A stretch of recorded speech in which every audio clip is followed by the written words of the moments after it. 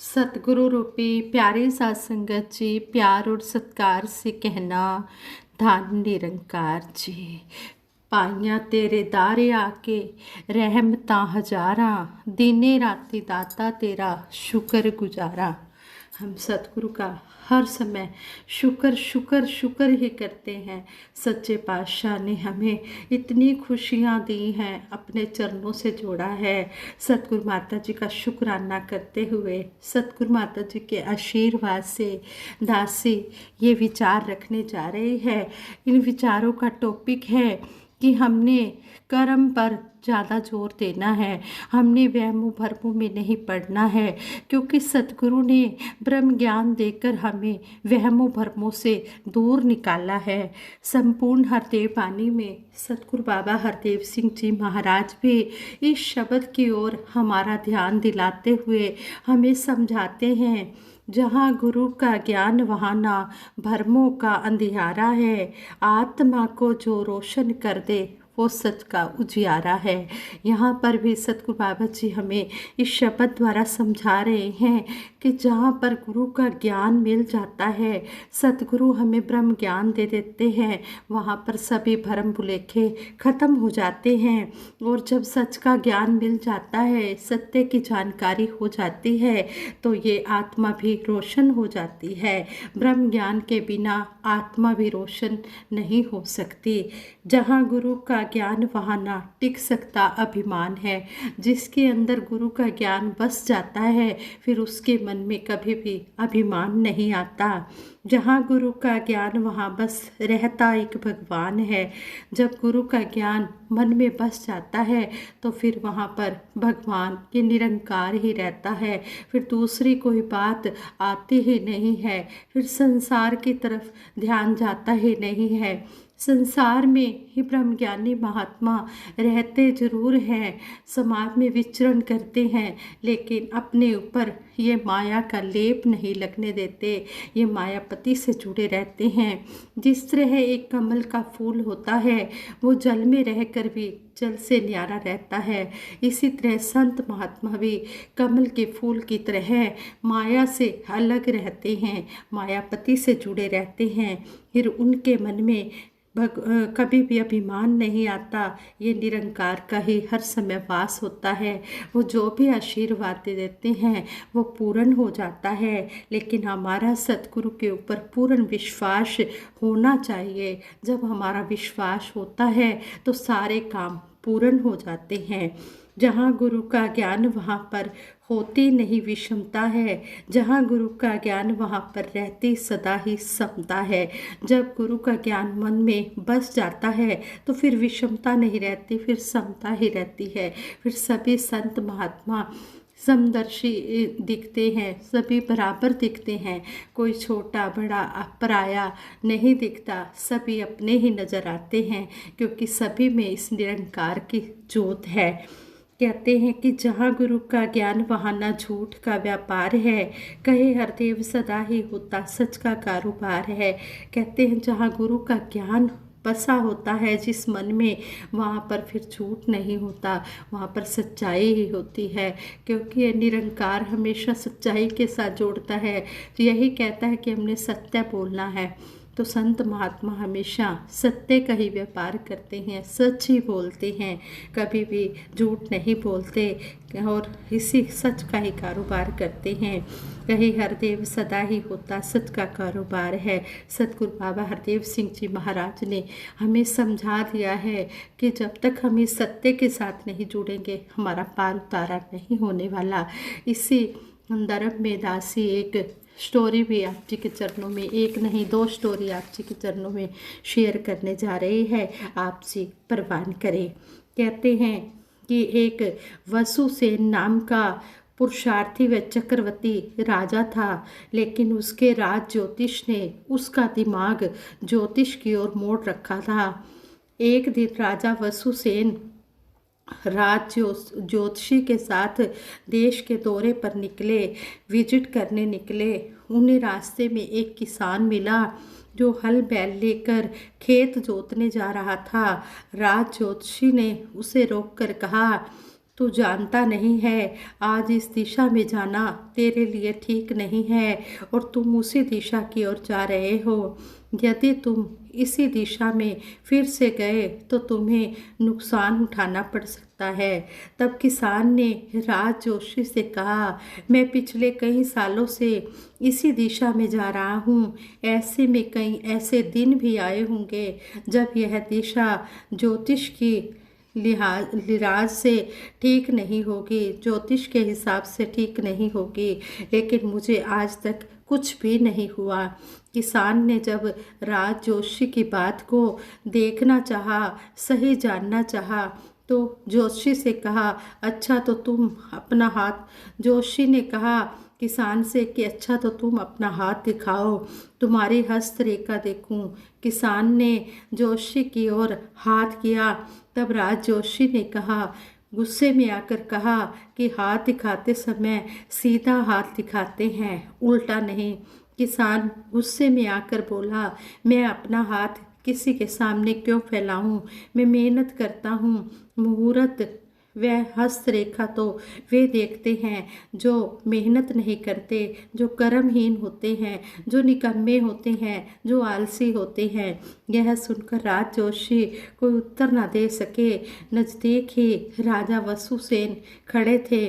उन्हें इस बात से कर्म की महिमा का ज्ञान हो गया और फिर वो जोशी की बातों में नहीं उलझे।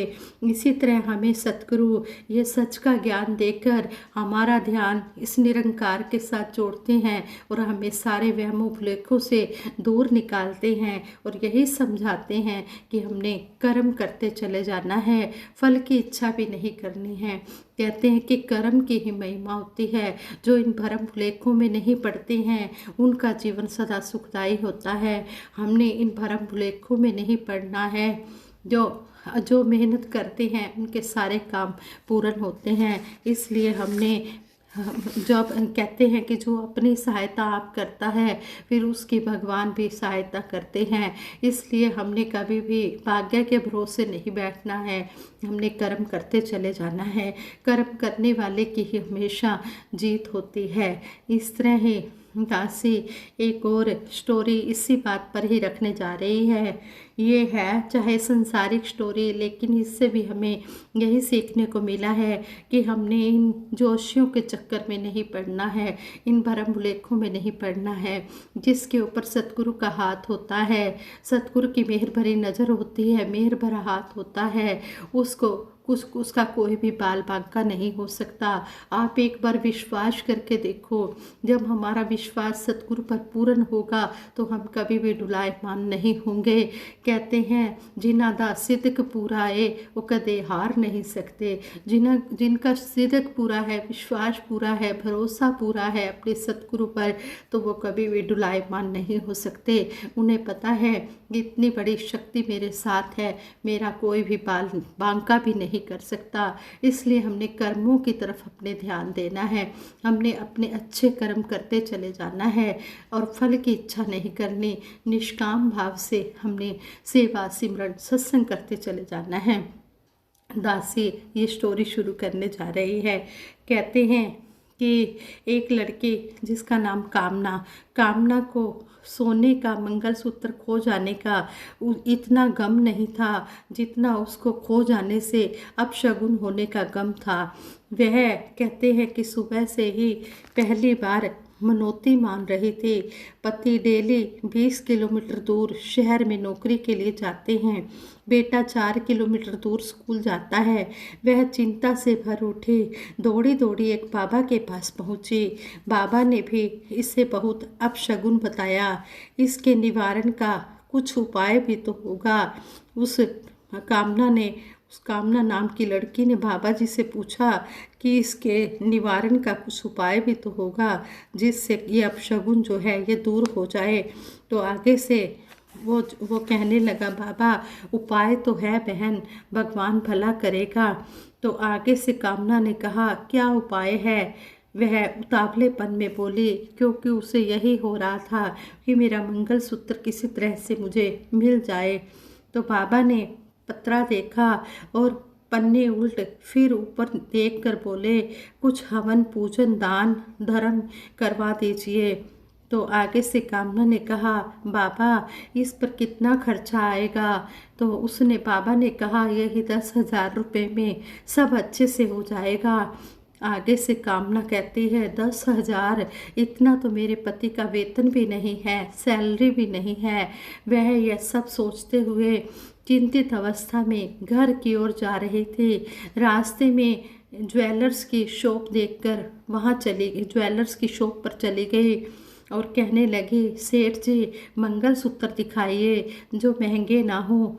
तो ज्वेलर्स ने मंगलसूत्र दिखाए और बोला, यह 12,000 का है, यह 8,000 का है, यह 5,500 का है। जब कामना ने देखा और बोली, 5,500 वाला मैं शाम को ले जाऊंगी।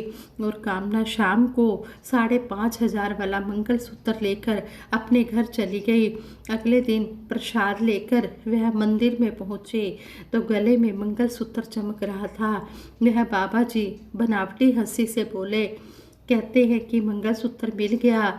उस कामना देवी ने मन ही मन भगवान से कहा कि इनको कुछ और दो ना दो, लेकिन जो ये बाबा हैं इनको सद्बुद्धि अवश्य देना।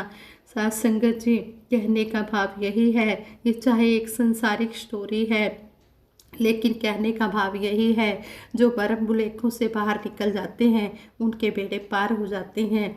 जिस तरह वो बहन कामना जी बरम बुलेखों में नहीं पड़ी और उसने इस बात को भरम बुलेखों में तो वो पढ़ रही थी, लेकिन जब उसने देखा कि इतनी मेरी इनकम ही नहीं है, मैं कहाँ से ले सकूँगी, तो उसने भगवान पर भरोसा रखते हुए जो सस्ते में उसे मंगलसूत्र मिल रहा था वही पहनकर वो मंदिर में एक विश्वास के साथ चली गई और विश्वास से ही उसका बेड़ा पार हो गया।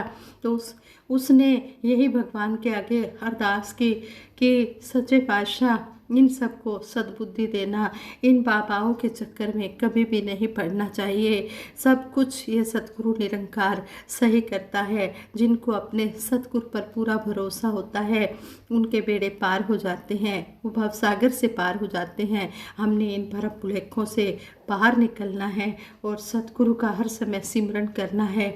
जब सेवा सिमरन सत्संग होता चला जाता है तो कोई भी दुख नज़दीक नहीं आता। उतराइयां चढ़ाइयां कई जिंदगी विच होंदियां ने, हाथ होवे तेरा सिर ते आके लंघ जांदियां ने। जिसके सिर पर इसका हाथ होता है, ये नहीं है कि संतों महापुरुषों को दुख नहीं आते, दुख सुख सब आते हैं। दुख सुख सबको होए, ज्ञानी काटे ज्ञान से मूर्ख काटे रोए। दुख सुख तो सबको आते हैं, लेकिन जो ब्रह्म ज्ञानी संत महात्मा होते हैं वो इसका सिमरन करते हुए अपना इस समय दुख वाला भी निकाल लेते हैं और सुख वाला भी निकाल लेते हैं। वो हर समय समरस ही रहते हैं, वो कभी भी डुलायमान नहीं होते। इसलिए हमने सतगुरु के चरणों में हमेशा यही अरदास करनी है, सच्चे पातशाह जिस तरह आप जिन्हें इस ब्रह्म ज्ञान के साथ जोड़ा है, इसी तरह हमें इसके साथ जोड़ के रखना। हमारा जो ये मन है कभी भी डोले नहीं, हमेशा आप जी के चरणों से जुड़ा रहे। हम इन भरम बुलेखों से बाहर निकले, अंधविश्वासों से बाहर निकले और सतगुरु का ब्रह्म ज्ञान पाकर सेवा सिमरन सत्संग एक मन एक चित होकर करते चले जाएं। मेरा डोले ना इतबार, बख्शो श्रद्धा भक्ति प्यार, करा मैं संतान दा सत्कार। बस हमारा विश्वास कभी भी ना डोले, हम हमेशा संतों महापुरुषों का दिल से आदर सत्कार करते चले जाएं। खुशियाँ हमारे दरवाजे पर दस्तक दे रही होती हैं जब हम सतगुरु पर विश्वास कर रहे होते हैं। इसलिए इन खुशियों को कभी भी अपने दरवाजे से जाने ना दें। हमेशा सतगुरु के आगे यही अरदास करें, ये दातार सच्चे पातशाह हमारा विश्वास पूर्ण करना। साथ संगत भी पूरी है, सतगुरु भी पूरा है, सतगुरु का ज्ञान भी पूरा है। सच्चे पातशाह हमें भी पूर्ण के साथ इसी तरह जोड़ के रखना। पूरे का किया सब कुछ पूरा, वाद घाट के सुनाए, पूरे का किया सब कुछ पूर्ण है। बस हमारा विश्वास भी पूर्ण हो। संगत जी दासी सभी के लिए सतगुरु माता जी से के चरणों में अरदास करती है, ये दातार सच्चे पातशाह सभी को सारे सुख देना। तू ही निरंकार मैं तेरी शरणा, मैनू बख्श लो। तू ही निरंकार मैं तेरी शरणा, मैनू बख्श लो। तू ही निरंकार, मैं तेरी शरण हाँ, मैनू बख्श लो। बोलिए सतगुरु माता सुदीक्षा सिविंदर हरदेव जी महाराज की जय। निरंकारी राजमाता गुरुबचन अवतार की जय। सात संगत जी प्रेम से कहना धन निरंकार जी।